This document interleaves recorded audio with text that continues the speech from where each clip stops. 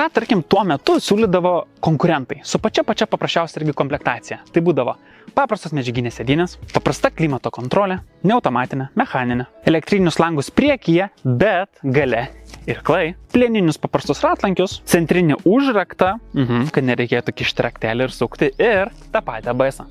Viskas. Čia būdavo pati paprasčiausia jo konkurentų komplektacija. Todėl Lexusas su savo sprendimu padaryti pačią paprasčiausią komplektaciją tokią rich, tokią turtingą, siekia keletos dalykų. Kadangi vokiečių gamintojai jau turėjo stiprias pozicijas rinkoje, Lexusui reikėjo išskirtinumo ir argumentacijos pritraukti tuos klientus. Ypač, kurie vertina prabangą ir komplektaciją, už kurią nereikia papildomai primokėti. Jinai jau yra įskaičiuota į bazinę kainą. O psichologinis planas buvo viršyti kliento lūkesčius, nes su bazinė komplektacija tu gauni aukščiausios kokybės salono medžiagas, pažangias funkcijas, technologijas ir galingą variklį. O taip Lexusas stiprino savo prekės ženklą ir įvaizdį, imponuodamas į prabangą ir patikimumą.